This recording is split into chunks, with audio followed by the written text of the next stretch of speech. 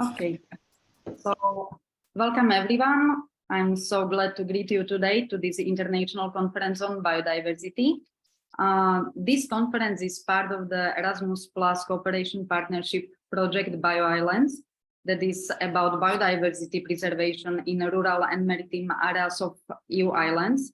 And definitely you will have an occasion to get to know more about our project throughout today's contributions. And my name is Livia Magdoshkova. I work as a project manager at Minevagantingo NGO, and I'm honored to moderate this conference today. Minevagantingo NGO is a partner organization of Bioislands project, and together with the other partners, we decided to organize this conference in order to celebrate biodiversity and to raise awareness on the importance of biodiversity preservation in the world. And one technical maybe point, since not everyone could have occasion to join us today, so we decided to register this conference so as to reach as many people as possible with our contributions. So it will be available later online through project and partners' website and social media. And let's come to the agenda. So today we will have 7 contributions, both on the project Bioislands and also some interesting topics related to biodiversity. And they are prepared by 7 amazing partners and speakers. So we would start with a kind of introduction round. I would like to invite each partner and speaker to present themselves, to tell something about you. And maybe if you could share with us your personal relationship to biodiversity. Maybe if you have some particular memory or experience that made you appreciate biodiversity, either locally in your work or in the world. So let's start with the coordinator of the project Bioislands, Temi Richardson. Please, I'm giving you the floor.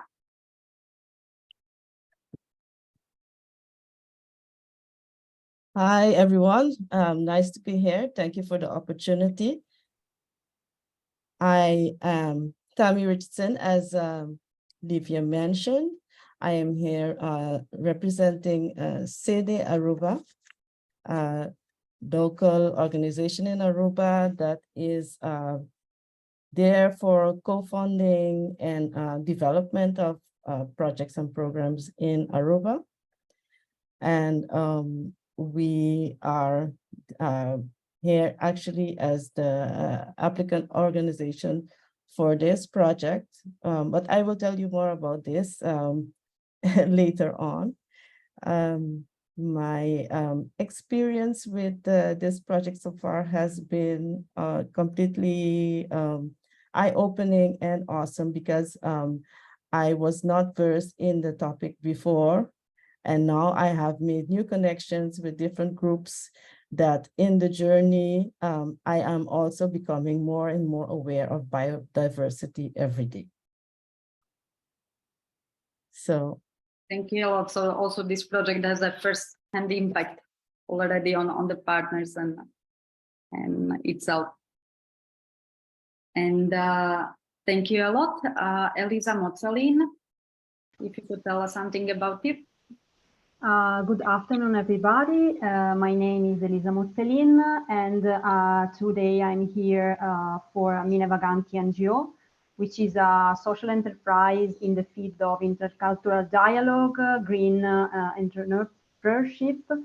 And as for me, I am a PhD student in political philosophy at Ca' Foscari University of Venice, and speaking about like my relationship with biodiversity, I would like to tell a very brief anecdote about this relation, which is related to my project research, and actually it is about the COVID pandemic. When we were living the COVID pandemic here in Italy, I started to think about walking in nature as an instrument of analyzing environment and our relation with it.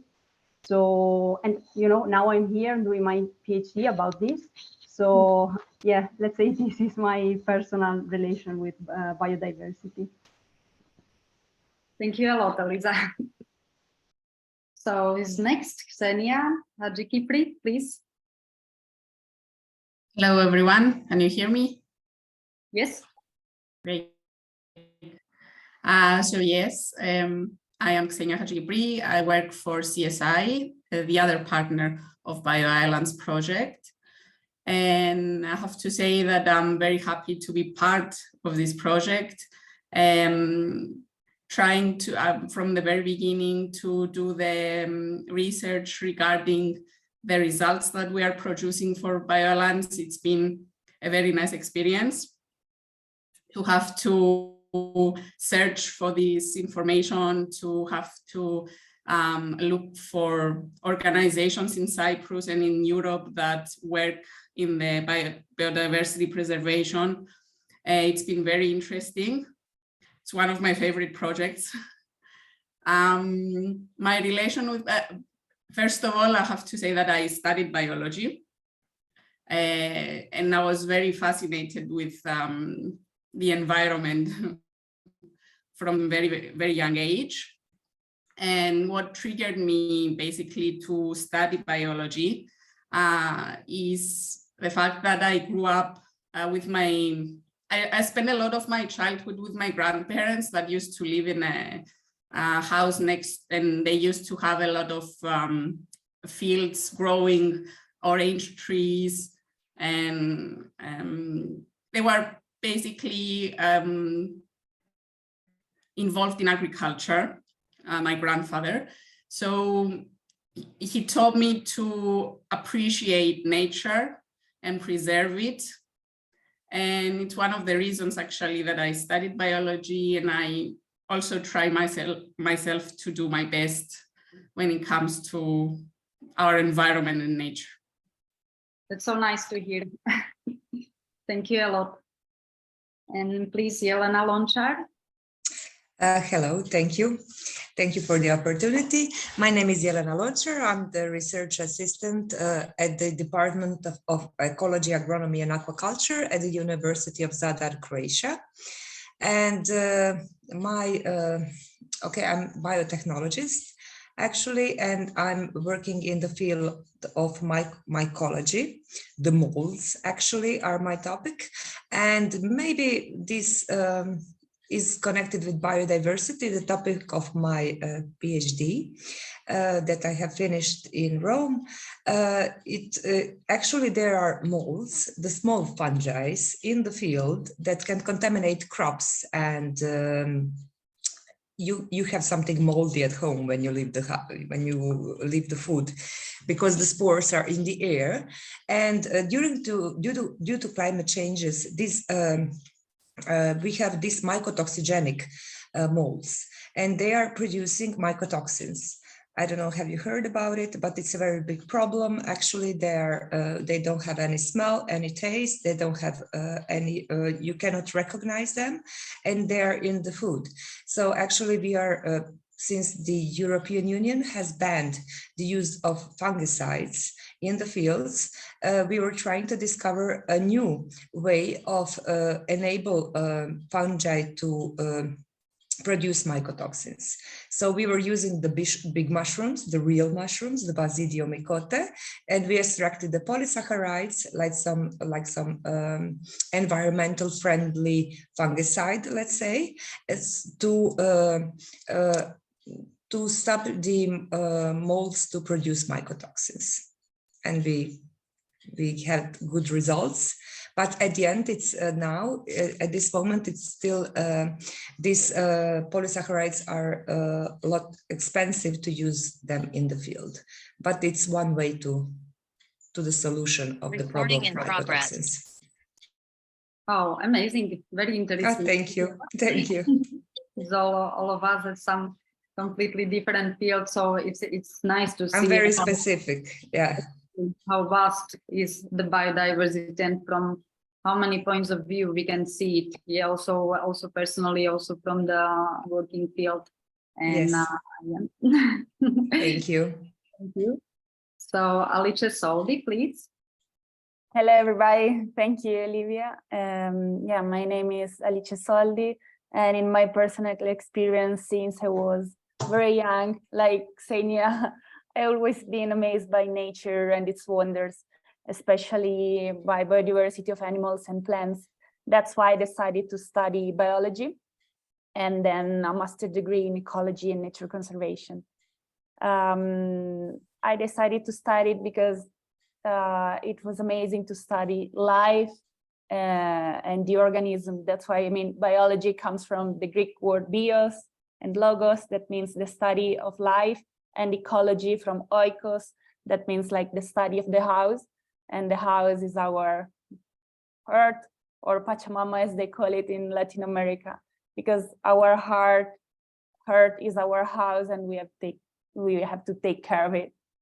And so in general, I've always been interested in agroecology and food sovereignty. And that's why from 2019 to 2022, I work in Argentina with an NGO. And I took part in the project ICT for Resilience to Climate Change in the Gran Chaco region that aim to mitigate the effect of climate change in rural communities through the use of agroecological practices. And we created a mobile app and a board game that contained information on how to improve the soil, diversify crops, improving the biodiversity, and also avoid insect attacks without using agrochemicals, for example. And right now I'm living in Colombia, working on a project about protecting the environment and agricultural biodiversity and water resources.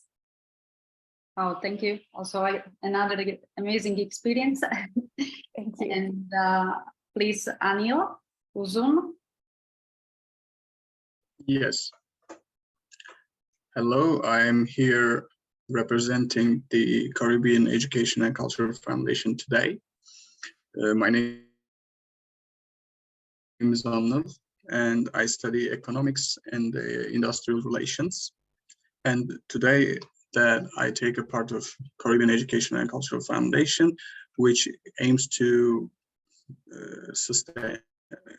for sustainable growth and create value for building intercontinental economic and cultural bridges. And that I took part in this project as I remember, in April. I didn't have much idea about the topic or how was the things going. And after I participated in online meetings and taking some part, the topic that I find is really interesting, and I would like to make some researches and create some folders, and I would like to participate better in the process. Yeah, that's all. Thank you a lot. It's really also a pleasure to have you with us. Thank you. Among the partners, and also as Temi said at the beginning, that I believe that this project is also very contributing to each of us, because we can still learn a lot of new things inside here regarding the biodiversity, and to see it from again another point of view. And please, Gaspar Pongratz. Hello everyone, I'm Gaspar Pongratz from Slovenia, representing Smart Idea. In this project, we act as a, let's say, digital partner to transfer the knowledge of biodiversity preservation and the topic of bioislands to the end user as easy as possible, and to be really useful and to be usable everywhere, anytime. From the back experience, myself, I'm not new to biodiversity preservation. As in the scope of Erasmus, I wrote a project about biodiversity education in primary schools. So it was called BioKids, to, let's say, help prevent biophobia in children, young children, and promote biophilia, the primary bond to the nature, as our, let's say, grandparents and great-grandparents had. The project is in closing now, but it was very successful, very well accepted in the communities and in all partner countries. And also one branch of this went to food education. Was also very connected to biodiversity, to know food, because children nowadays, they don't know where the food comes from or where it is produced. And it's also a strong bond to the farmers, because let's say if we teach little children to appreciate what the farmers do to produce the food they have on the table, this is a big, let's say, plus for also for biodiversity and agriculture and all these areas, because people will more appreciate the effort that is needed to give us food or produce food. So and Bioislands, this topic is really nice. As I transferred all the contents to the platform, I learned already a lot, because of course I have to read everything, and it's a really nice topic, and I think we will have a really big impact on the communities in our countries. Yeah, thank you a lot. And I would say that not also just to children, but also to adults. Still a lot to transmit also regarding the food. And as I know, we will have some contributions also exactly in this relationship, yeah, biodiversity and food, because it can go one without another. Exactly. So thank you very much. I'm happy that we could present ourselves also to the people that will be watching us later on. And so let's start with our presentations. Please, as per the agenda, we would start with the presentation of the project. So, Temi, the floor is yours. You can share your presentation and present our Bioislands project to the wider audience. Thank you, Livia. I will share my screen.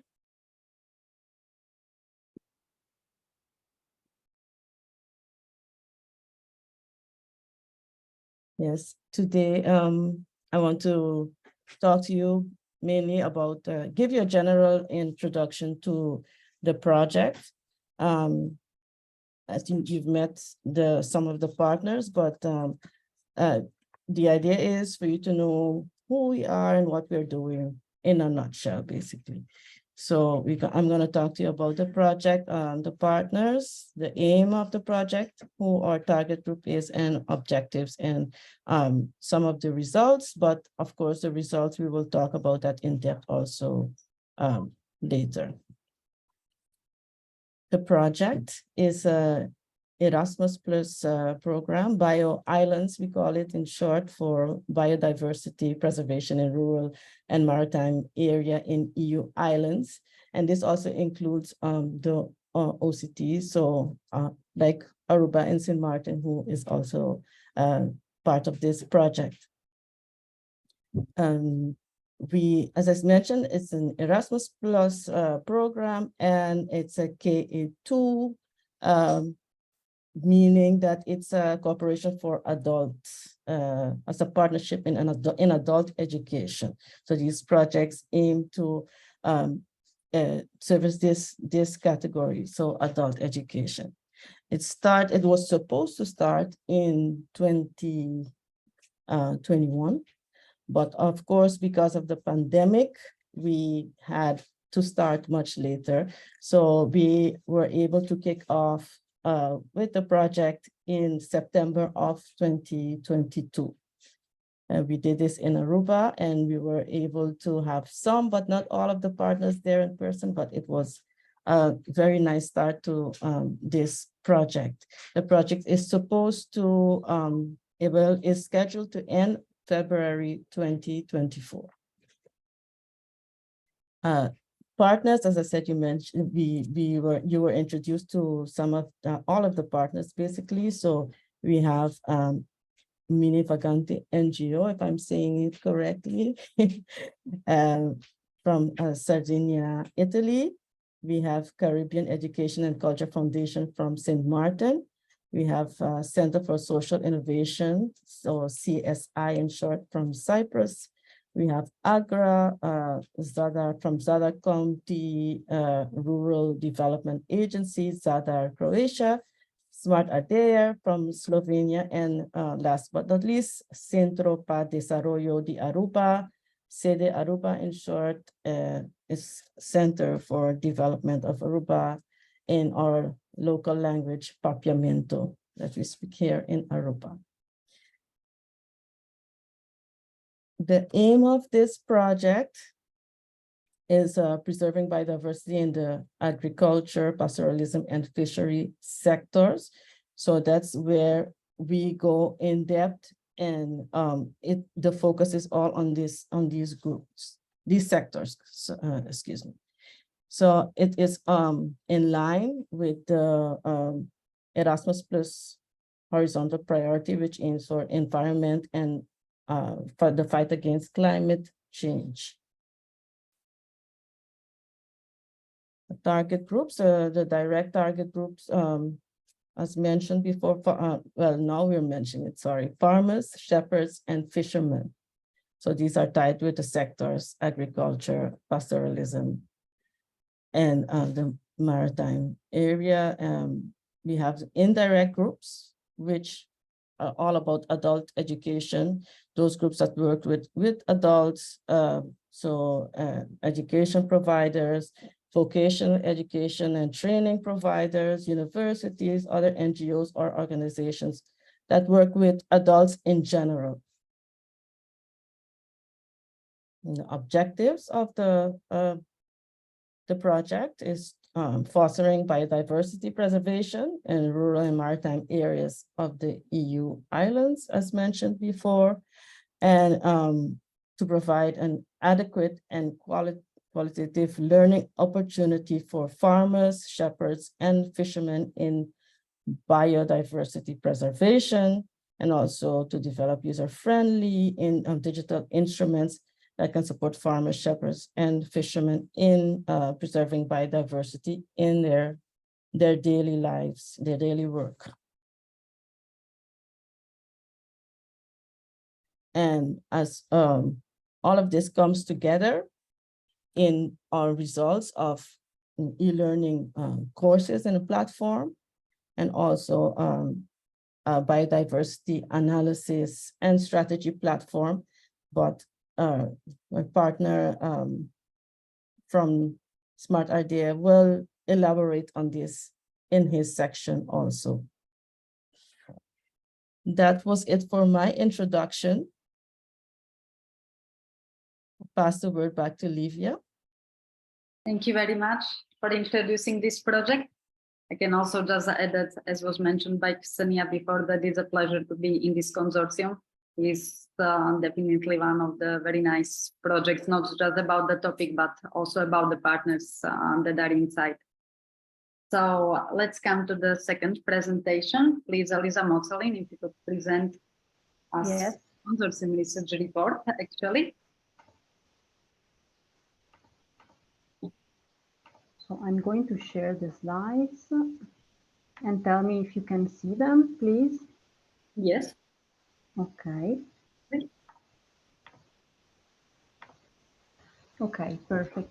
So this is just an introductory slide, but I think that Tammy already introduced the project properly. This is a brief reminder of the project partners, and that's me introducing you to the consortium report that was produced by the consortium of partners of this project. Let's start by presenting what is the aim of the consortium research report, which was created in order to collect and compare experiences in the field of management and knowledge of biodiversity in the countries of the partner organizations, but also it has the scope of analyzing the current level of knowledge and upskill needs of the stakeholders, so farmers, shepherds, and fishermen, in order to understand what are the required competencies to implement in the target group and to foster their knowledge of biodiversity. And as Gaspar mentioned at the beginning, to support the effectiveness of their behavior. So to really be a practical support for their upskilling path. This is a brief snapshot of how the consortium report looks like. And let's move to the contents of the consortium report. So this is made up of the ensemble of national reports of the partner countries, so Italy, Saint Martin, Cyprus, Croatia, and Slovenia. And it contains the best practices in the field of biodiversity and survey results. But it also contains the results of the focus group that were implemented locally, and the results. Also, it contains the assessment and the conclusions. Speaking about the results of the consortium report, it contains, as we mentioned before, the collection of best practices that can be exchanged, reproduced, and implemented by the focus group. And to this regard, we try to really deepen on practices that were reproducible and exchangeable at stakeholders level. And also we try to provide an overview of the status of biodiversity knowledge and management at national level gathered through a survey. And we try to understand the stakeholder needs together with collecting data and background in order to implement the e-learning course for stakeholders. So the results of the consortium report were very useful in order to implement the learning course, to understand the needs that needed to be solved by the e-course. Coming to the best practices, we collected practices in three main fields. So the first one relates to practices related to biodiversity management. The second field relates to practices that has to do with the ecosystem approach. And the third field has to do with practices based on species conservation. Coming to the survey was divided in different areas. So it investigated the biodiversity knowledge at participants level, the biodiversity knowledge at country level, and in same professional field level. Also, it questioned the biodiversity knowledge related to the everyday life of respondents. And finally, it asked questions about the relation between biodiversity, circular economy, and education. But now moving to the stakeholder needs from the gathered data we collected, what mainly emerged is that there is actually a strong need for education at stakeholder level. And what we found is that stakeholders lack awareness on biodiversity and about its implications. So especially about the decline and conservation of biodiversity. And we found out that there is a real need to actively involve stakeholders on the implementation of conservation of and biodiversity management activities. And of course, as we mentioned at the beginning, the actual need to tailor the contents to be conveyed to the target group needs. Moving to the e-learning course. The e-learning course will be tailored on the target group needs, so taking into account not only theoretical content, but trying to adapt them to the stakeholders' lifestyles and real needs. So for example, we will try to create short modules which are trying to really put forward practical information to be used in everyday life and everyday work. And also we will encourage the adoption and implementation of good practices, focusing on biodiversity respect instead of relying on traditional methods. And finally, through the e-learning course, we would like to promote proactive habits to approach biodiversity the stakeholders daily encounter. And thank you very much for your attention. Thank you a lot, Elisa, not just for the presentation, but also for the contribution of the creation of this consortium research report. We actively worked on the research. And also, if you notice, there was also a part of that was focus group. And among us, we have also speakers that were participating on this focus group. There is external experts, so happy about that. And also just one point that this research report will be, in case of your interest, will be then available also on the project website in the future, so you can dive into that too. So thank you a lot. And let's come to Ksenia contribution. Hello again. So we'll start my presentation. Sharing, let me know if you see, if you can see. Yes. Yes. Okay. Very soothing view. Very soothing view. Sorry? Very soothing view of the view.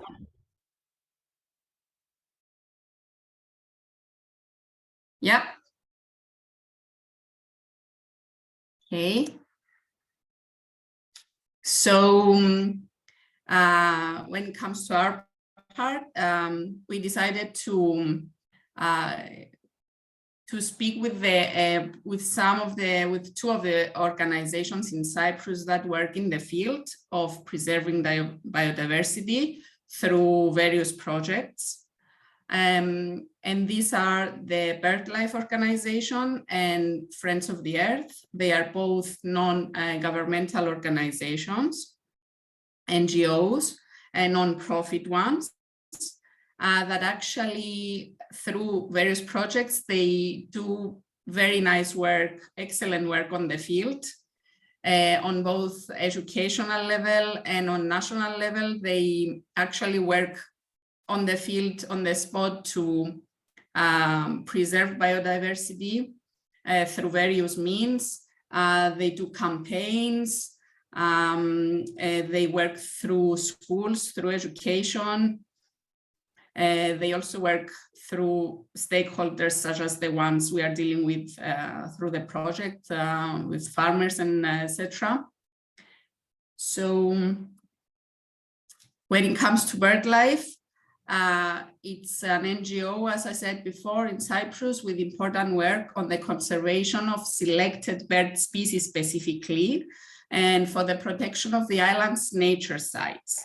And we were honored to meet and talk with some of the people that work for BirdLife in Cyprus. These are Christia, Elena, Martin, which is he's the director of BirdLife, Melpo, and Vasiliki. These people work on different fields, and with the video that we produced, you will be able to see some of their work. So each of these people was asked a specific question that had to do more related to their specific work.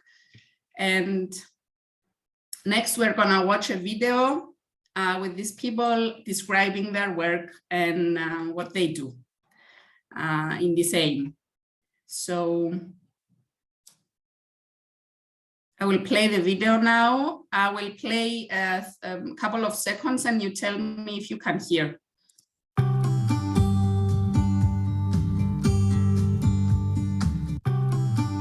Yes? Yes. We can hear. Okay, great. Great. So the video starts now.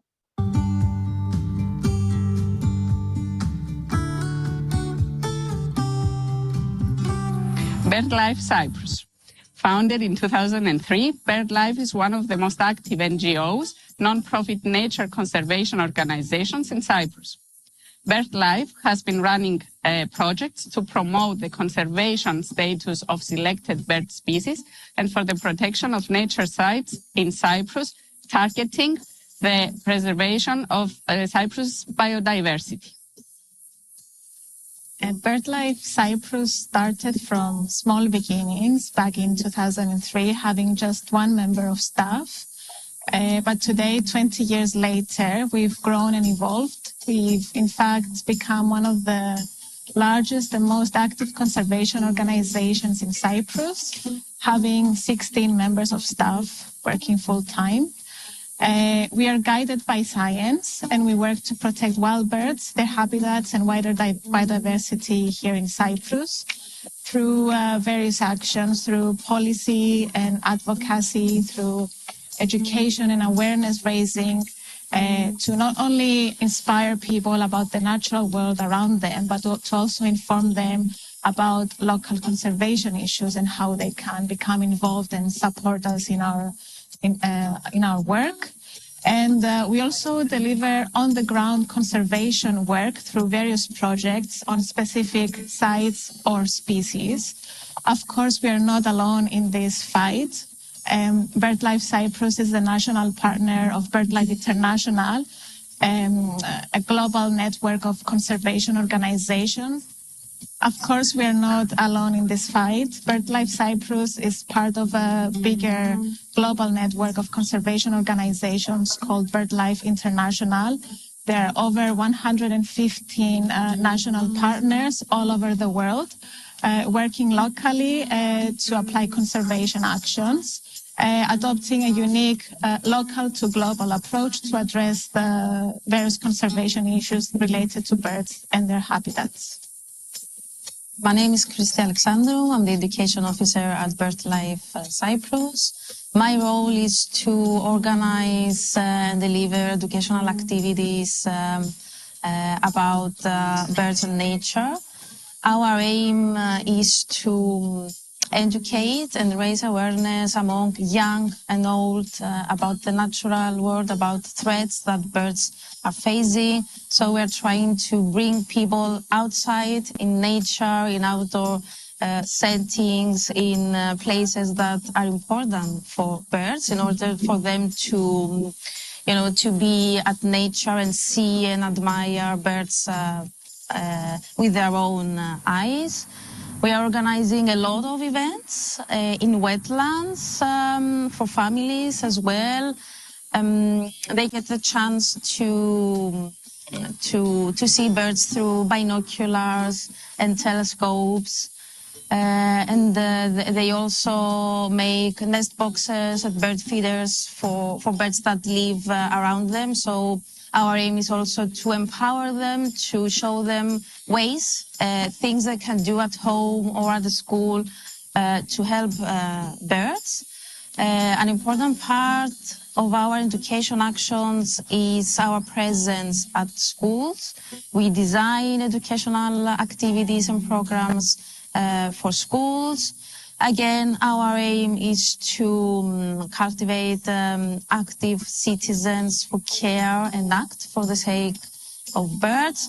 Our approach is to get them close to birds and nature through head, hands, and heart. So our activities include observation of birds, listening of birds, hands-on activities like making bird baths and bird boxes that they would place in a schoolyard. So they actually get to help birds that live around them.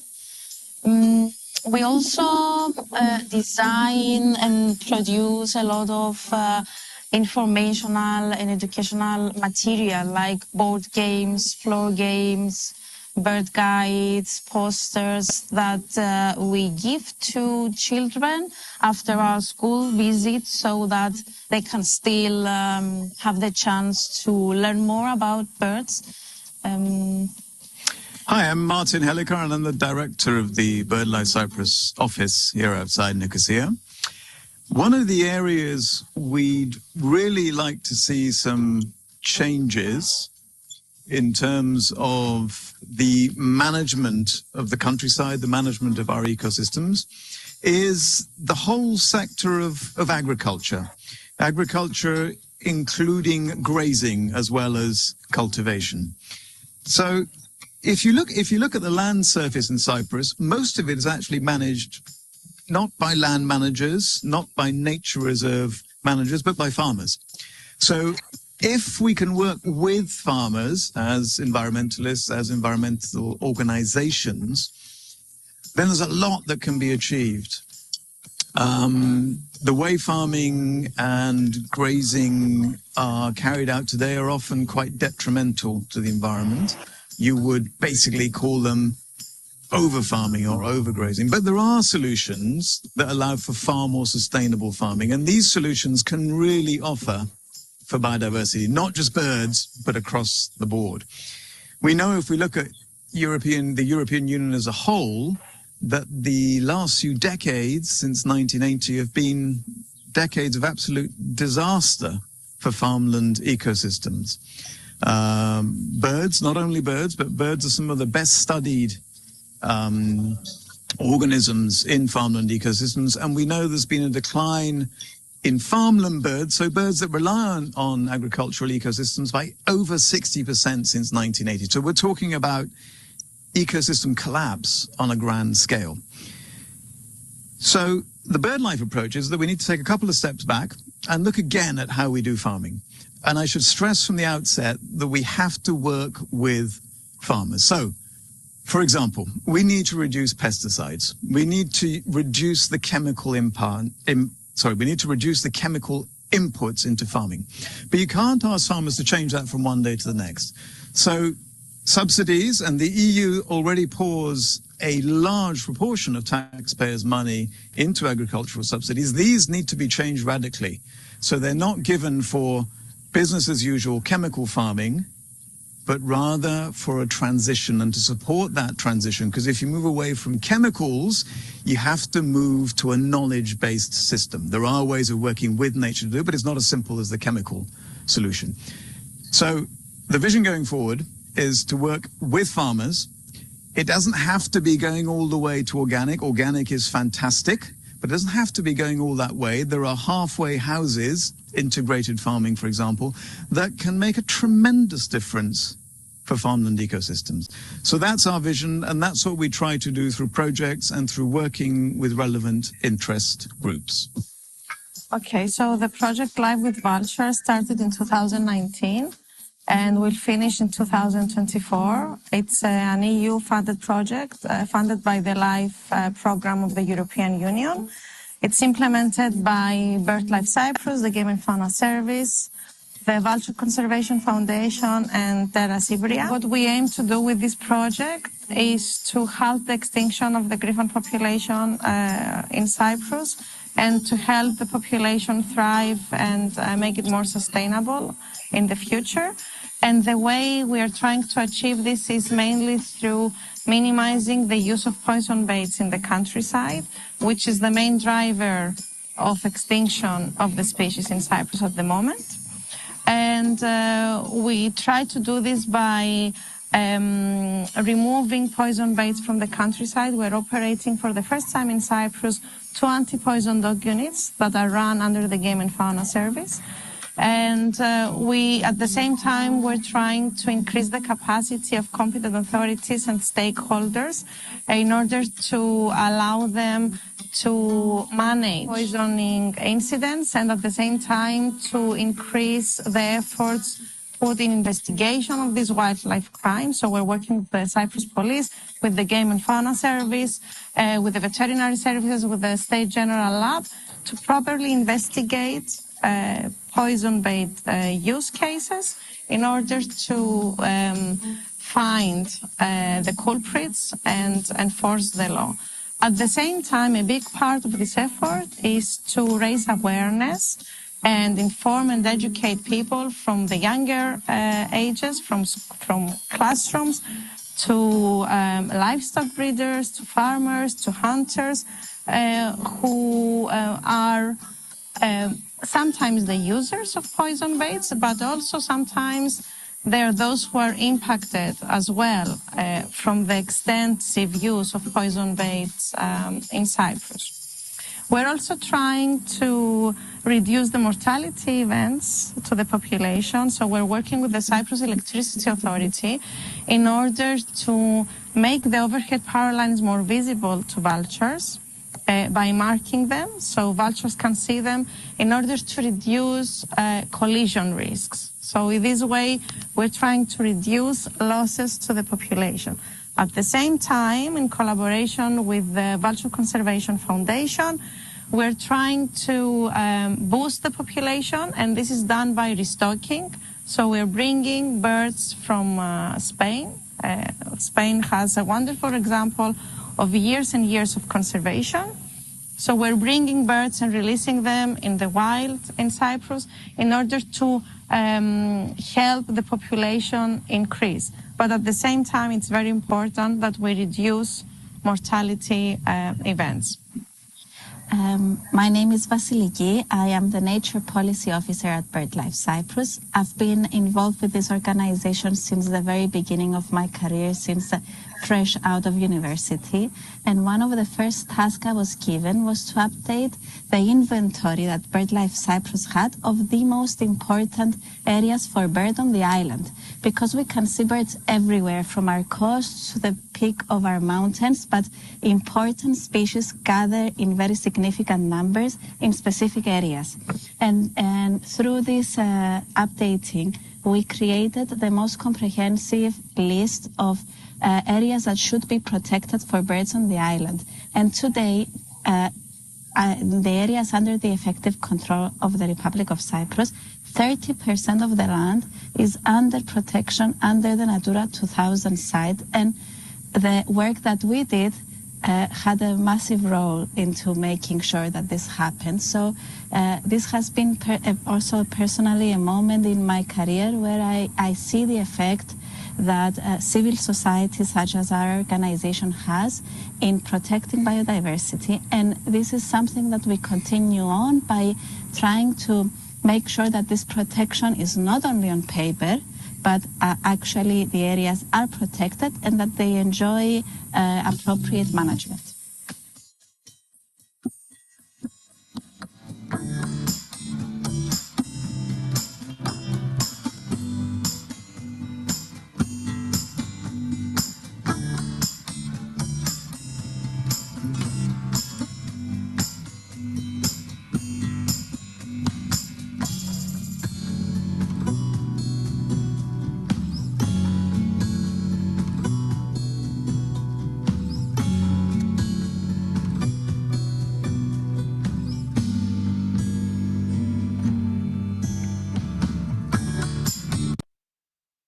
Okay, can you still hear me?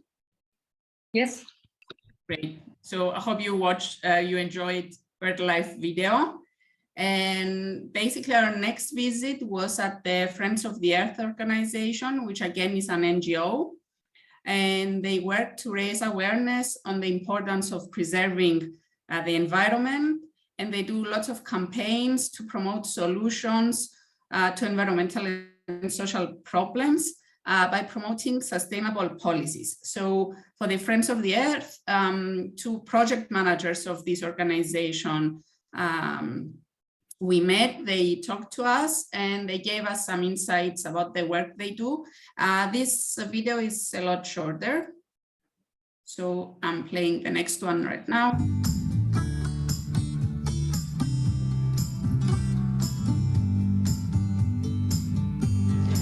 Friends of the Earth is an environmental organization. It has been established in 1993. And since then, we have been working on several campaigns, including the preservation and restoration and protection of biodiversity, on climate change, on climate justice, on zero waste actions, and of course, empowering and policymaking. So Friends of the Earth Cyprus, we don't only work with biodiversity, but also we work with the social aspect of it. So one of the projects that we're working is Social Peace. It's an Erasmus Plus project, and we're involved with more countries around Europe. And its aim is to create permaculture gardens in spaces that can involve people with vulnerable people. It has to do with the biodiversity as an aspect of involving people. In Cyprus, we have Ithaki, we're working with Ithaki that has people with mental issues. And it's a very safe space with trainings to be able to create a better agriculture and more safe for the environment. We have been working a lot on climate justice, and we have campaigns on climate change. Climate change as a global phenomenon, it affects biodiversity in all forms and all sorts.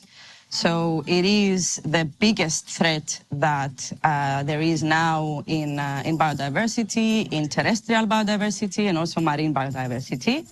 So our project is to promote policies, is to empower and educate the people through several actions on public awareness into how we can mitigate all the effects of climate change.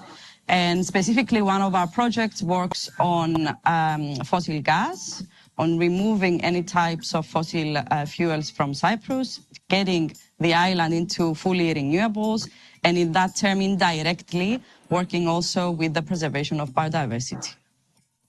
Another thing that we're doing is we're part of Zero Waste network, and also we do a lot of campaigns. It's very important as a huge project as it is, and as a network, as it works with biodiversity. It's very relative, and it plays a major role on making changes in the ground, in the aspect of the education, and the aspect of making change within people and businesses. So we have, within this umbrella, we have the ERIC project that works with municipalities and reducing the plastic. Also, we have the Zero Waste Alliance that brings more groups and NGOs together that have the same views and aspects to make bigger changes within the policy making, and also educating better people, reducing their waste and using different methods within the country.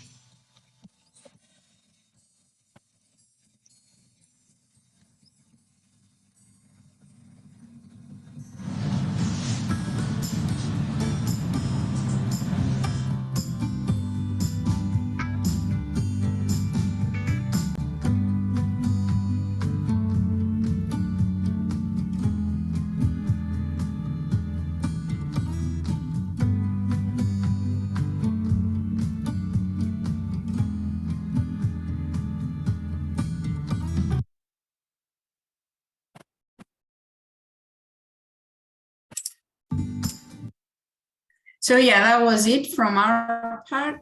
These were two very, as I said before, two very important NGOs in the field in Cyprus. I hope you enjoyed the videos, and if you want to find out more about these organizations, visit their website. It's very interesting and informative. Thank you a lot. I can tell in the name of all that we absolutely enjoyed. It's very nice to see what can be done and how people can contribute to the world around. Exactly. And also this project, we are absolutely also aligned what was said by the director of the BirdLife, that those exactly, yeah. And the final target, the group are really crucial to make the changes in the agriculture. So this is also the aim of our project, to bring the education exactly to those that can make certain changes here. Exactly, because I also think that, for example, he was talking about overgrazing. It's not just an issue in Cyprus, it's an issue in a lot of countries, especially the Mediterranean ones. For sure. Thank you a lot. We would now make a small change in the agenda, because climate change issues are not just in the television, but also they are real. And from the drafts and hot temperatures, sometimes there are also big storms going on. So to not lose one of the important contributions, we would now start with the last presentation on the digital results of the Bioislands project prepared by Gasper. because as I know now, the big storm is going on there. So till the connection is sure, let's have this presentation rather now. Yes, thank you very much, Livia. It started really to thunderstorms and raining very heavily, and I see already that the internet connection is going down bit by bit. So I'm sorry to interrupt from the last part to the middle part, let's say, but let's do it till I'm here. Let's say like that. So I will share my screen. Just a short presentation.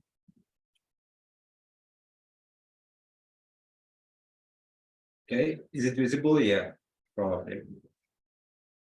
So as I said, my name is Gaspar Pongas from Smart Idea, and we are responsible for the development of the digital part of this project. Of course, to make it more and more, let's say, inclusive and easy to comprehend from the end users and people who will be using our website or the e-learning platform in particular. So the purpose of our website is not, let's say, to make it overcomplicated. So not to have a lot of tabs, because we see or we know that our target group are adults and most of them are 50 plus. And a lot of users, let's say, are not so tech savvy because they are mostly farmers and people working on farms, let's say, don't use computers a lot because they have other things to do, more important for them, for their living. So our goal is to make it as easy as possible to go through, read about the project, what is going on, and to be informed. So the purpose, of course, is information sharing. So everything that is going on in our project will be on the website available. Also, I will ask for the nice videos. We will upload also the videos so they can watch them. Of course, communication. We'll have this constant communication through our channels, social media, and all others. Documentation and archive, so that our results will be available on the website, so everybody can grasp them when they need them or want to have some additional information. Of course, visibility, so the project has to have a face or a media presence, let's say. To engage our users, which is very important to really promote using our e-learning platform to get the information and new ways how to interact in their field. And transparency. So everything we have it there. So it is nobody, if somebody wants to have something, they can find everything on our website.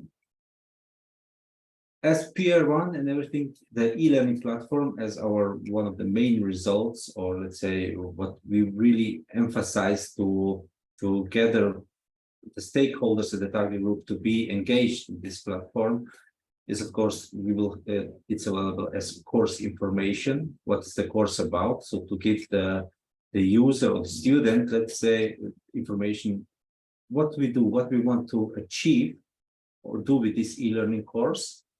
Of course, the easiness of content delivery.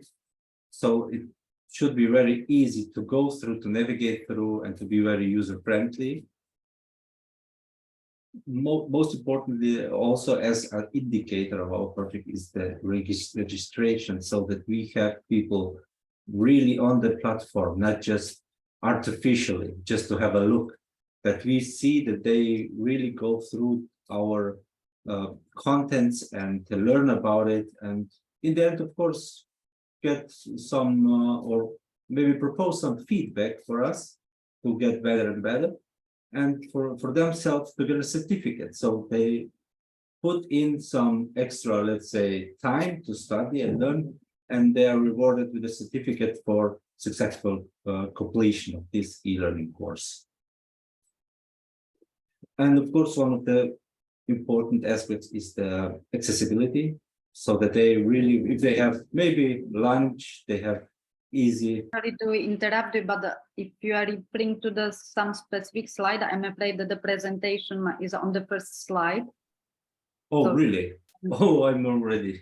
Sorry to interrupt. So then I see that this Wi-Fi problems already started. Probably. Probably. I'm very sorry for that. I already uploaded also the presentation to our Dropbox, so for others to see. Now, maybe if you, so you don't see my. We see the presentation, but just the first slide. Just the first slide. Okay, that's bad. That's really bad. If you agree, we will go straight to our website. Let's hope this is working. I hope so. I'll stop share and share again to the website. I hope this will be better. I'm very sorry for that. So this is our website. Is it visible? Yes. Okay. Yes. We are, for now we are good. So as you see, it's a really plain, simple website, easy to navigate. You get everywhere what you want about the project, our results, objectives, of course, our e-learning and partner information, so that the people who are visiting see who is doing what or who is participating in this really nice project and making this possible. And if you go, let's say, to the e-learning platform, it's very easy to enroll. Just to click on it, and you're automatically taken to the e-learning platform.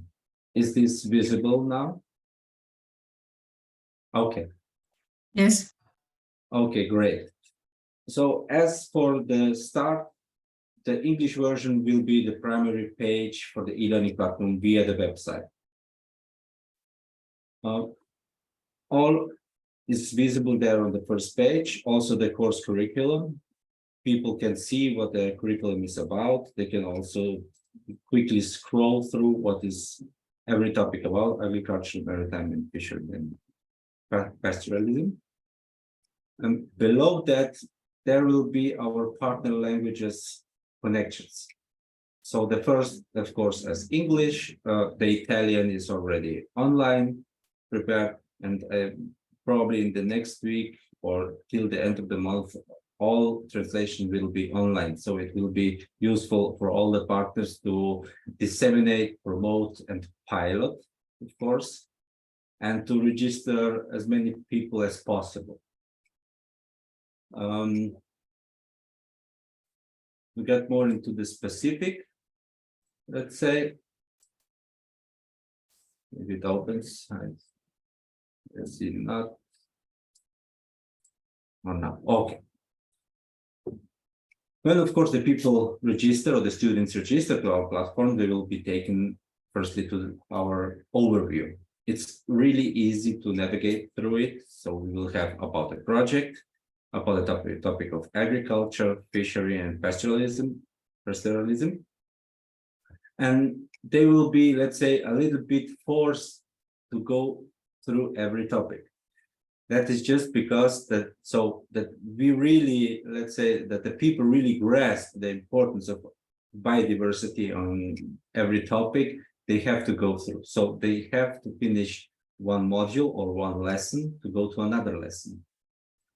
And I think it's very important that they really not just go through like vaguely, that they really, if not anything else, they read it through to get this additional bonus information for their work, and also for the other, of course, other regions or specifics. And when they finish every topic, they will, of course, get a certificate. It will be also in every language, they will get a certificate, so they have proof that they put in this extra time to learn. And we anticipate in this project that the target group or the other stakeholders, they learn about biodiversity and in our nature and all other aspects, and to create awareness about it, to start using the practices, to really grasp it, not just read it like in the newspapers, let's say. So as you see that it's really straightforward, they can choose every topic, and then if they go to one topic, they can quickly read about it. So some parts are, let's say, more extensive, some parts are more brief. And in the future, there will be also added quizzes and some reflections, feedbacks. And also I'm preparing,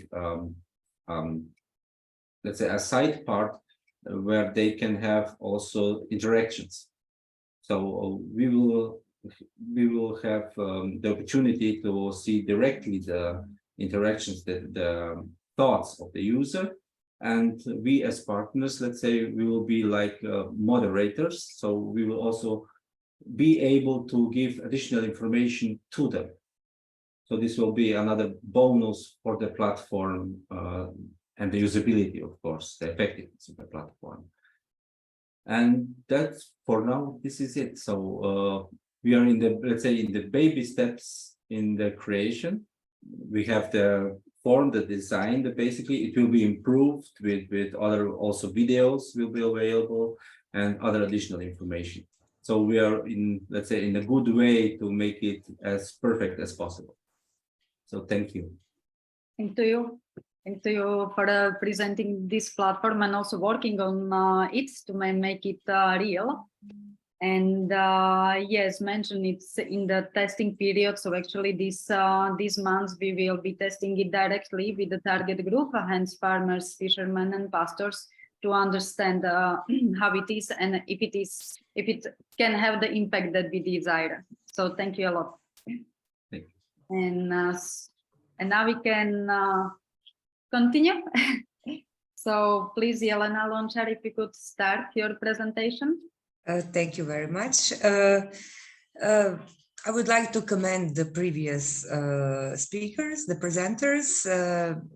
It's very interesting projects, actually, and I think it's very important to raise the awareness of the old people, actually, even from the children. I think even the kindergarten and in the primary schools, because we are teaching at the university and they're almost like, I teach the students of agriculture how to develop a sustainable development. And I teach plant physiology, botany, food safety, microbiology. So I think I will present my presentation in a general way of biodiversity. So I will just share my screen with you. Okay, where is it now? Okay, it's here. Okay, just a second. Can you see it? Yes, okay, thank you. So today I would like to present you why agricultural biodiversity is the key to agricultural productivity. Just a second, this is PDF, so it is going like this. Okay, I can do it like this. I'll just turn this off, thank you. So the biodiversity is the variety of different types of life found on Earth and the variations within the species. It's a measure of variety of organisms present in different ecosystems. And this also can refer to genetic variation, ecosystems, species variation within an area, biome, or planet. So the ecosystem consists of animals, plants, and bacteria, which are all live organisms, as well as the physical and chemical environment in which they live. So the stability of ecosystem depends on its complexity. As simple it is, the more unstable it is. This is the importance of the biodiversity. So the increase in the biodiversity from the appearance of the first organism, and in present day, biodiversity stands an estimated 13.5 million species, with only 1.75 million of these described. So we don't know everything yet. And humankind has been and continues to be instrumental in the erosion of biodiversity, because the human species with its activities such as overpopulation, reduction of forests, air, water and soil pollution causes decrease in biodiversity of the species. So does diversity matter? Of course, it matters. So it matters in different ways. Actually, at the end, it impacts the human health. So the biodiversity enables ecosystem stability, which means that it contributes to the stability and resilience of ecological communities, making them more adaptable to changes and disturbances, such as climate fluctuations, as we have it right now, natural disasters, and human impacts. Also, we have an economical value. Many industries rely on diverse biological resources for food and also for medicines. Biodiversity also underpins the tourism, which generates significant revenue for many countries. Also, we have ecological services. So the biodiversity provides critical ecosystem services such as pollination, nutrient cycling, water purification, and carbon sequestration. And the climate regulation, so the natural ecosystems with the high biodiversity play a crucial role in regulating Earth climate. So the forests and the seas are, for example, carbon sinks. They absorb greenhouse gases. I also said that they are important for medicine and health because a lot of medicines are provided by nature. And the state of a biodiversity is often an indicator of its overall environmental health. And one of the impacts of biodiversity on human health is a resilience to pandemics and diseases. We know that we had a COVID pandemic and that it was catastrophic. The world stopped for 2 years. So the biodiversity conservation may help reduce the risk of zoonotic diseases, jumping from animals to humans, and therefore can act as the buffer against the spread of diseases. And the last, but not less important, are ethical and moral reasons, because as the stewards of the planet, humans have the responsibility, we all have the responsibility to protect and to preserve the diversity of life for future generations. So biodiversity is crucial for the functioning of ecosystems, the well-being of human societies, and the sustainability of our planet. Protecting and preserving biodiversity is an urgent global priority for maintaining a healthy and balanced environment for all human beings. So what are the factors affecting current levels of biodiversity? There are several of them. Firstly, is exploitation of wild living organisms leads to depletion and lots of species, resulting in a decline of biodiversity levels. Also, due to increase of human population, we have expansion of agriculture, aquaculture, and forest. Areas often involves habitat conversion and fragmentation, leading to loss of natural habitats and reduced biodiversity. Also, the use of pesticides, monocultures, and intensive farming practices can further harm biodiversity by negatively impact various species and systems. So one of the problems is also species introductions. The introduction of non-native species can disrupt ecosystem because these non-native species can outcompete native species for resources and even cause their extinction. Therefore, they also can reduce biodiversity. Pollution of soil, water, and atmosphere can have detrimental effects on biodiversity by contaminating habitats and food sources and decline a loss of species. Also, a global climatic change. We have now examples. Yesterday was a great storm the day before yesterday in Croatia. Now I heard Gaspar, it's in Slovenia. So the climate change poses significant threats to biodiversity by altering temperature and precipitation patterns and habitat availability, leading to shifts in species distributions, changes in migration patterns, and increasing the risk of extinction for vulnerable species. So not all the species can survive this kind of fast changes. So the disruption of ecological relationships and the inability of some species to adapt quickly enough to changing conditions can further reduce biodiversity. So we have a lot of effects that have impact on biodiversity. So agricultural biodiversity. It includes all the components of biological diversity, of relevance of food and agriculture, and that constitute that agricultural ecosystems. And it's also named agroecosystems. Just a sec, sorry. It includes crop plants and their wild relatives, livestock, and beneficial organisms such as pollinators, as we can see here, and decomposers as bacteria and fungi, and predators which are normally associated with cultivated areas. This is one predator that is eating corn, Ostrenia nubilalis, and the other one, Diabrotica virfigera.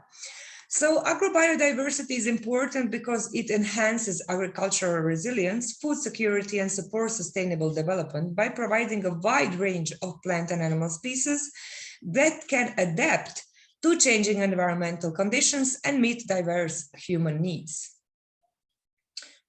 As the human population continues to grow, there is increasing pressure on agricultural systems to meet the rising demand for food. So this often leads to expansion of agricultural land and the expanse of natural habitats, which results in loss of the biodiversity.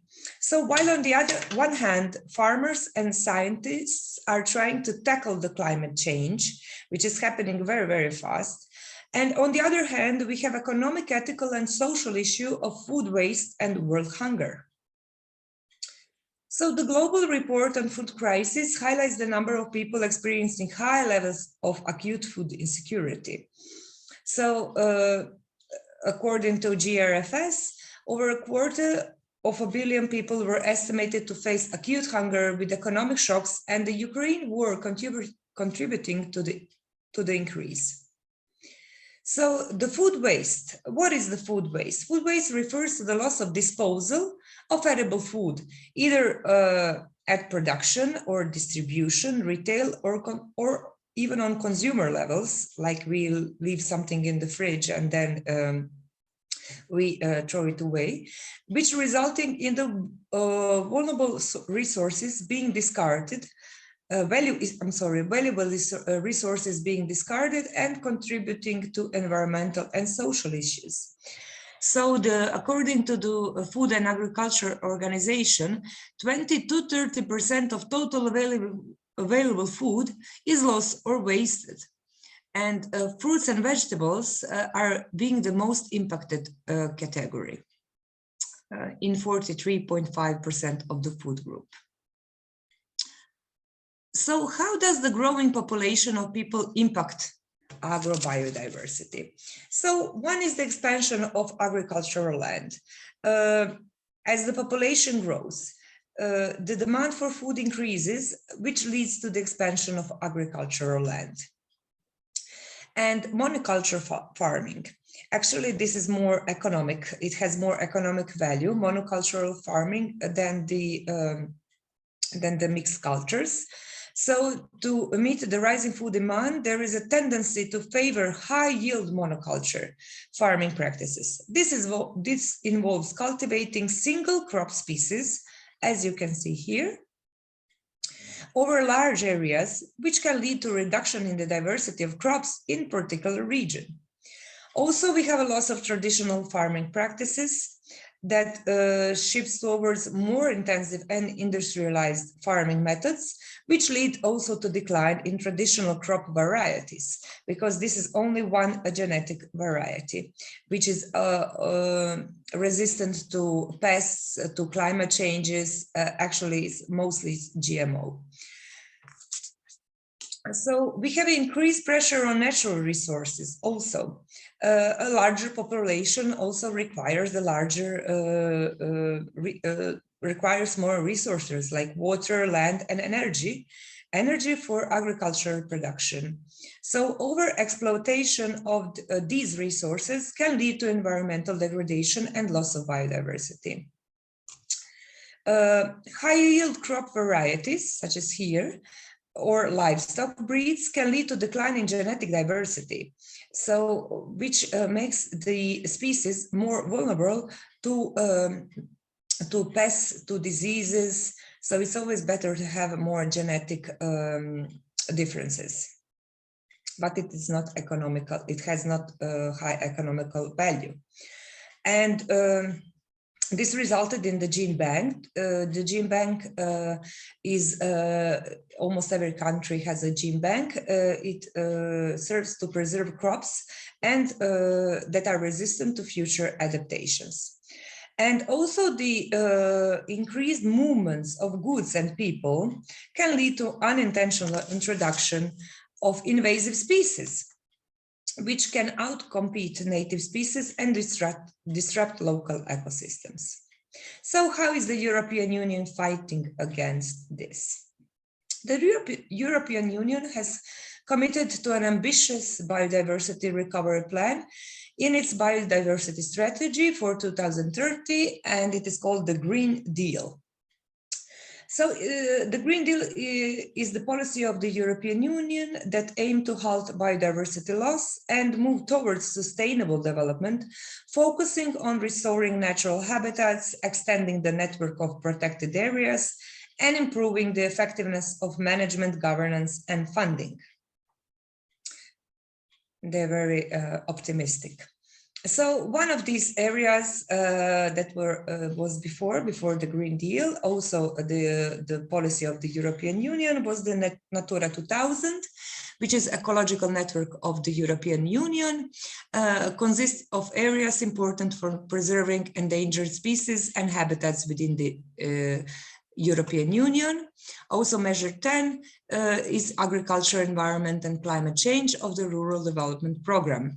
It is implemented through various operations, and it's contribute to biological diversity and to conserve biodiversity actually. And it is one of the projects, and the other one is the marine protected areas in Europe's seas. The European Union has made substantial progress in designating new marine protected areas, and through Natura 2000 and through complementary national designations. And now we can see the results here. From 2012 to 2021 has increased. The marine protected area coverage has more than doubled from 2012 and to 2021. And these are the countries that are involved. So for the agronomy, in the September of 2021, the European Union had set a comprehensive framework known as CAP, Common Agricultural Policy, which is proposing an ambitious total budget of 365 billion euros. And also an additional 10 billion euros will be available through Europeans Horizon Europe Research Programme to support specific research and innovation in food, agriculture, rural development, and the bioeconomy. The main goals of the CAP are sustainable agriculture, to promote the sustainable agriculture practices that minimize environmental impact. Unfortunately, that this means that it will be a less use of pesticides, herbicides, which involves many problems for agriculture. And because the science is not yet up to date, because I'm in science, and actually it is going pretty slow to, and also in this changing climates, the climate is changing, and the organisms are very fast adapting to those changes. So we need to catch them up with some natural kind of pesticides and herbicides, which are environmental friendly and has no residue in the soil or in the water, and that can harm human health. Also, Another one is resilient food system, the strengthening of resilience of the food supply chain, which is ensuring the food security, supporting farmers, also small farmers, to provide the support to small scale and family farmers, actually to go back to the village from the urban areas, to ensure their economic viability and improve their quality of life. And also rural development, investing in rural areas to foster economic diversification, job creation, aiming to improve living conditions outside of urban centers. And a lot of money is going to innovation and research for the scientists to improve the methods of for sustainable practices in agriculture. Also, the climate action align agricultural practices with Europeans' climate goals, such as reduction in greenhouse gas emissions and increased carbon sequestration in agriculture. So all these measures are incentives aimed to preserve biodiversity, slow down the impact of the climate changes, which is growing rapidly, and enable the food for the increasing number of people through sustainable development. Thank you for your attention. And this is the literature. I'm open for questions. Thank you so much. Really, welcome. Really, it makes us also think how important is also the policy framework yes. for biodiversity preservation. Also, a small success is that this month another new nature restoration law has passed in the European Parliament. That is again another step for more biodiversity preservation and climate change action. And yes. I appreciated a lot that you mentioned the human health, because many times this is not very talked about, and in the end we are doing it for our survival, for our yes. health. And yes. it's incredibly interconnected, everything. Yes, thank you very much. Thank you a lot. So let's come to the next presentation. Please, Alice Solby. Yes, I'm going to share my screen.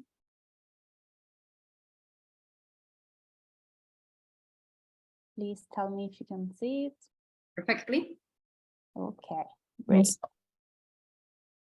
So, well, hello everyone. Thanks also to Livia to introduce myself, and thanks to everyone to your contribution. They are really, really interesting. I'm here because I would like to talk to you, to present to you about my master dissertation on the sustainability assessment of agricultural systems in Paraguay, comparing them through the use of FAO's CEFA indicators in the political, environmental, economical, and social dimension. And the investigation was conducted in the frame of Ecology and Nature Conservation Master Degree at the University of Parma in Italy, in collaboration with Universidad Nacional de Asunción in Paraguay. Why it's not moving forward? Okay, too much. Well, it's important to talk about sustainable agriculture, agroecology as smallholder farming, because they are the agricultural methods that more protect the biodiversity. They seek to optimize the interaction between plants, animals, humans, and the environment, while taking into consideration the social aspects that need to be addressed for a sustainable and food system and fair food system. Agroecology gives importance to agricultural diversification and biodiversity, and focuses on a minimum amount of agricultural chemicals and external energetic sources, and also combine science with traditional, practical, and local knowledge. By enhancing their autonomy, agroecology wants to empower producers and communities and key agents of change, ensuring food sovereignty and rights of women, youth, and indigenous people.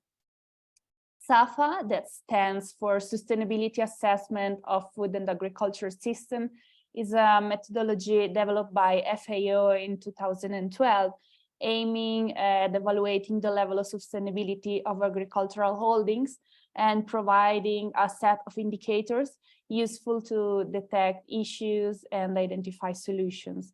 The framework includes 4 dimensions that are good governance, environmental integrity, economic resilience, and social well-being, divided into 21 themes, 58 sub-themes, and 116 indicators, based, as you can see in the image, on a 5-scale performance rating from red, which is an acceptable level of sustainability, to dark green, best performance of sustainability. Now I would like to give you some more detail about each agricultural system that I analyzed. The main feature of agribusiness are the mechanization of agricultural land with the use of energy derived from fossil fuels, the transformation of ecosystems into a large area of genetically uniform monoculture, generally with an extension of more than 50 hectares. The reduction of biodiversity and the use of transgenic seeds and agrochemical. Workers are hired by the owner and the products are intended for export. While peasant family farming is based on small family business that is generally less than 10 hectares, and they produce food for self-consumption and for market of extreme proximity. They use local resources and a wide variety of species is cultivated that adapt to the characteristic of the area. The work is based on family labor and exceptionally it's hired. The bonds with the community are very strong and based on solidarity, such as the minga, which is the practice that consists of the exchange of help in the productive activity. The new rural farmers are migrants from the cities to rural areas who seek to achieve an alternative lifestyle through farming activity in a rural context. And new rural farmers looks for a new model of agriculture that is more economically, socially, and environmentally sustainable and can protect biodiversity and promote the quality of local food. And indigenous agriculture is based on traditional production system with the conservation of natural resources in order to produce food for their subsistence. In the indigenous communities, usually men dedicate themselves to hunting, fishing, and land preparation, while women are involved in sowing, harvesting, processing food, and economically administering the family. They work in community and land ownership is collective. The Paraguayan context was chosen as it's a country whose economy is mainly based on agriculture, and rural poverty, unequal land distribution, increasing concentration of land in foreign companies, and the growing expansion of large estates addressed to the cultivation of products for export are the main factors of immigration of the peasant population toward urban center or also to foreign countries. The massive use of technology favored by the Green Revolution, including, for example, the use of hybrid or genetically modified seeds and agrochemical products, has caused a degradation of fertile lands. It caused also the loss of biodiversity and food sovereignty, and the marginalization of traditional communities, desertification, and water pollution. So actually, the objective of this investigation was to analyze the sustainability of agricultural systems in Paraguay, comparing them through the use of the SAFA indicators. So the research focused on 15 case studies on the territory of the eastern region of Paraguay, divided into 5 classes of agricultural systems, as already mentioned: agribusiness, conventional peasant family farming, agroecological peasant family farming, neo-rural farming, and indigenous agriculture. The study focused on the Central and Cordillera Department, which consists of the most densely populated area of Paraguay. And in order to study agribusiness, areas were selected in the department of Cordillera, Misiones, and Concepcion, where there is a high availability of land for agricultural purposes. And in order to analyze indigenous agriculture, it was necessary to move to the Amambai region on the border with Brazil. While the Chaco region was on the western part was not considered due to the different ecosystem and climatic dimensions.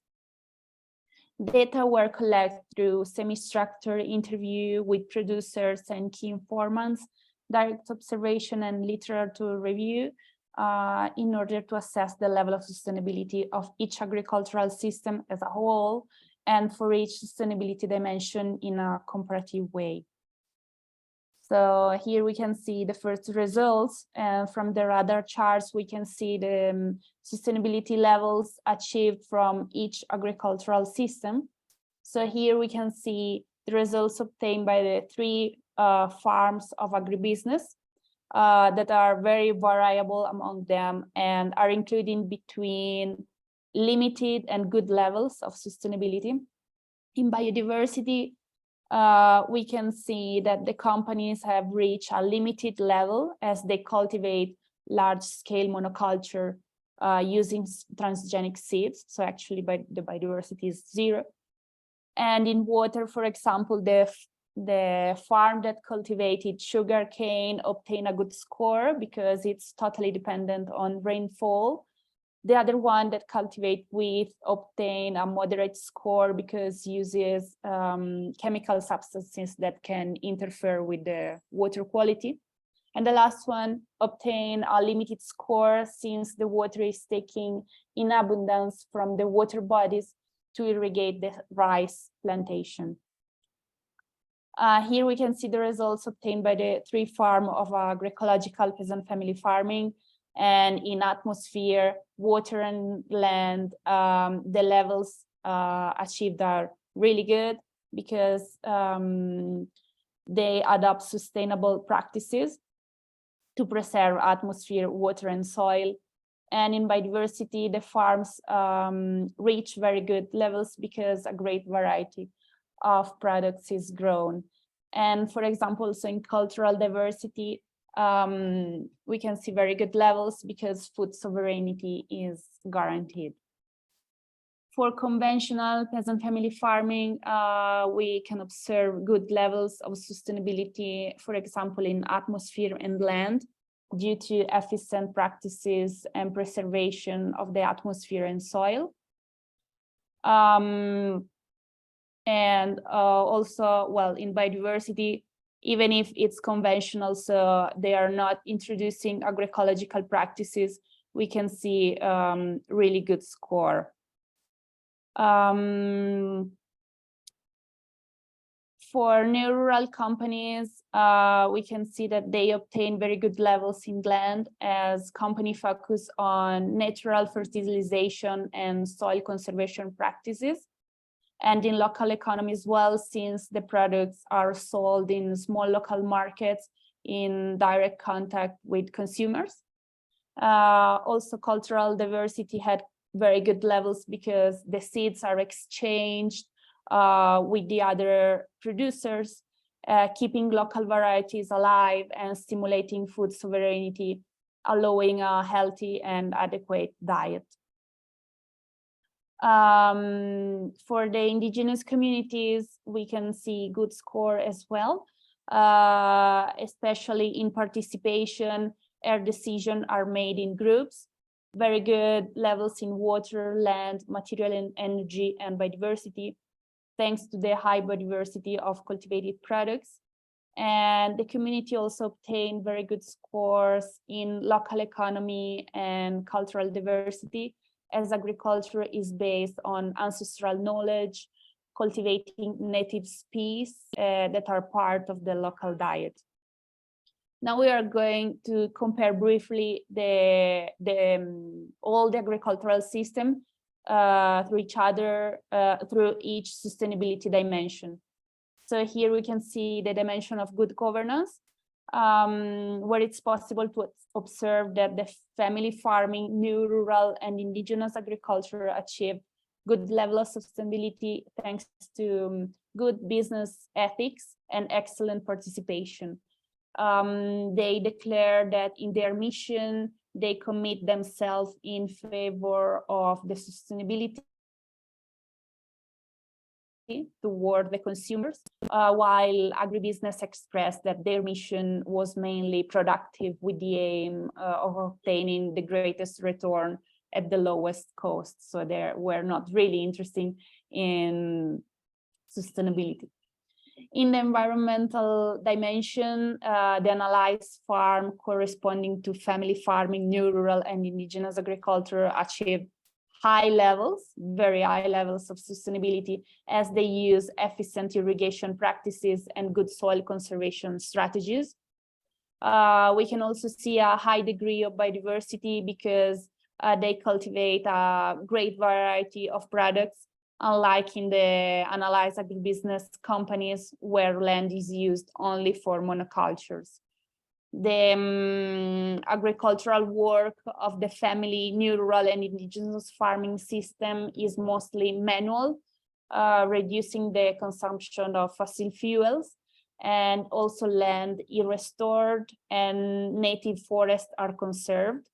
They implement practices such as association, rotation, and use of organic fertilizers. Instead, for agribusiness, they use synthetic fertilizers and machinery, causing deforestation to use large areas of arable land. As regards the economic dimension, we can see that all the analyzed farms achieved at least good levels of sustainability. In most cases, the workforce used by the farms come from the local community, so this encouraged the economy of the area. Agribusiness companies show, of course, a greater profitability, while those belonging to new rural agriculture and family farming report that they have to rely on additional sources of income in order to sustain themselves financially over time. Also, the agribusiness monoculture are more vulnerable, and the risk of losing the harvest is greater than the crops of small producers that have a high biodiversity. For the social well-being dimension, we can observe that all the analyzed farms reached at least a good level of sustainability. The exponents of family farming, new rural and indigenous agriculture guarantee food sovereignty and respect ancestral knowledge through its own production. While the analyzed case belonging to agribusiness, employees declare that the work shifts are long and heavy and they are not well paid. And also many workers are not hired regularly and don't have social and medical insurance. Especially in the context of family farming, new rural and indigenous agriculture, women play an important role by dedicating themselves to the care of the family garden and the sale of products in the market. While in agribusiness companies, they produce mechanized large-scale crops that are not part of the local diet and usually are intended for export.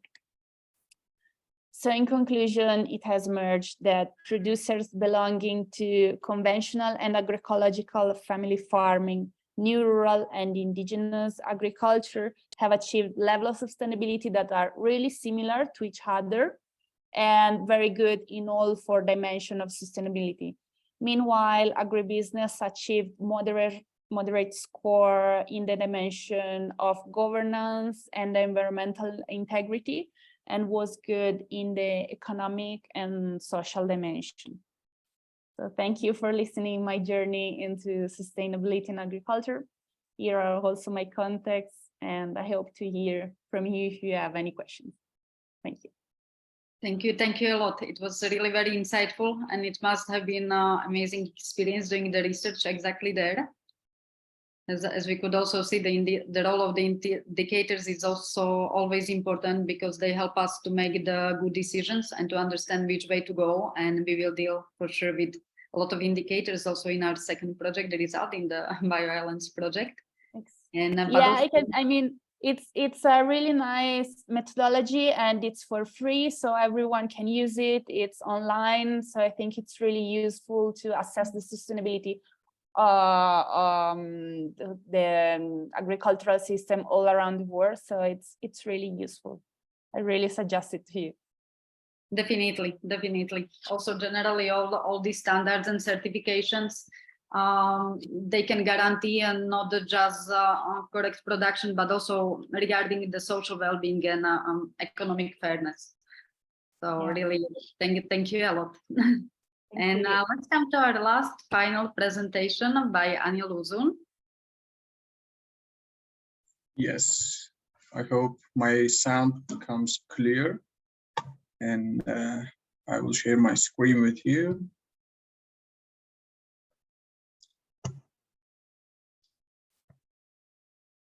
Yes.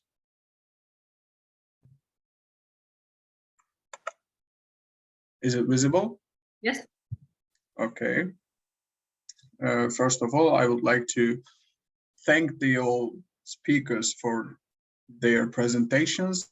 I feel like they were all so improving, and yeah, thank you.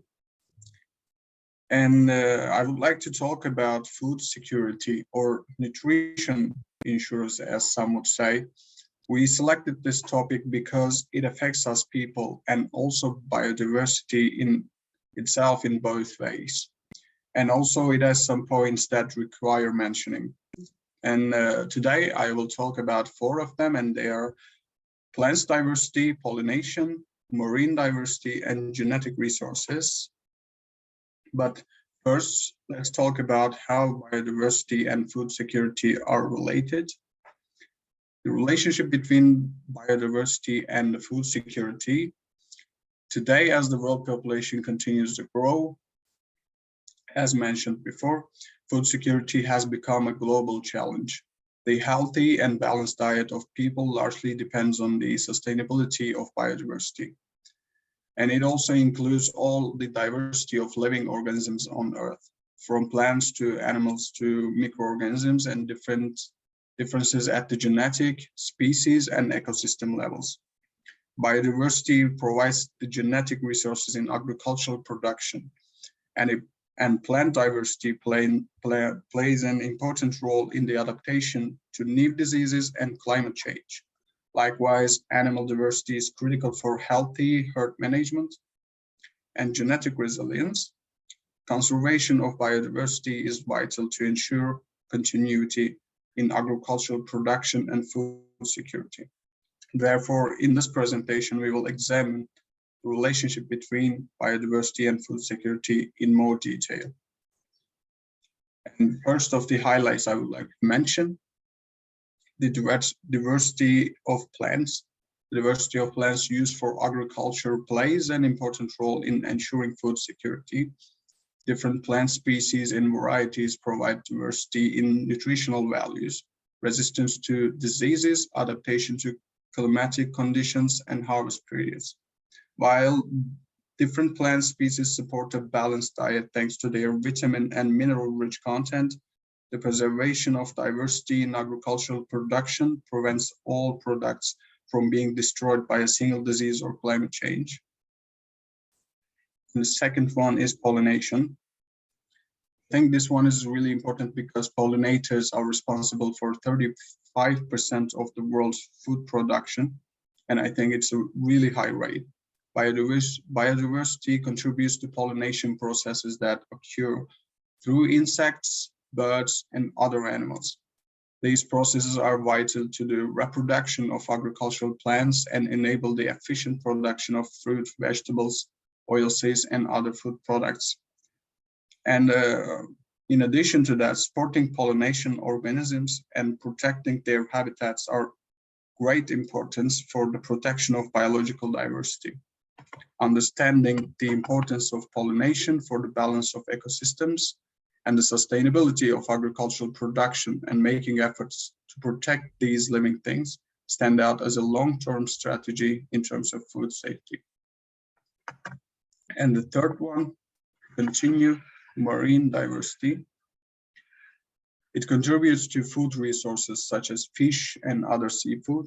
As we all know, diversity in marine ecosystem is essential for the sustainable management of fish stocks. It contributes to provision of food through the fishing sector. And also, in addition to that, scientific research and international cooperation are great importance in understanding the conserving marine biodiversity. In this way, marine diversity can be preserved as an indispensable resource so that future generations can be fed in a healthy and sustainable way. Actually, I thought that these images could be useful, but now that it's all details and small images can be hard to read, so sorry about that. The third one and the final, the genetic resources. In terms of biodiversity, genetic resources represent the genetic characteristics of food products. Different plant and animal species have different genetic characteristics and adaptive abilities. This genetic diversity is important for selecting disease-resistant and product diversity is a fundamental step to ensure future generations' access to agricultural genetic resource and agricultural innovation. In this context, the involvement of local communities and farmers is an important factor to preservation of traditional agricultural practices and varieties. And I wanted to keep it simple and clear and short as possible because I'm the last one. And thank you for your attention. And thank you for all of your organization because it was a great opportunity for me and everyone that gets benefit from it. Yeah. Thank you so much. Short, but you exactly said what is the most necessary, how the role of all fishermen, farmers, but also pastors is important. Yeah, in the thank you. security and biodiversity preservation itself. So thank you a lot. And yes, we are actually in the end of our conference. So I would really like to, first of all, thank you all partners and speakers to be here today and to share your amazing contributions regarding these topics. It was really very nice, everything to listen and very insightful. Then I would like to thank also everyone who will watch this registration and will celebrate biodiversity with us also later on. In the end, I would like, of course, also to give thanks to the European Union through which funds we could organize this conference and thanks to which we can work on this amazing project of Bioislands. So once again, thank you for being here today. Take care of biodiversity and see you on some future occasions. Thank you. Goodbye. Thank you. Thank you. Thank you, everyone. Bye. Bye. See you.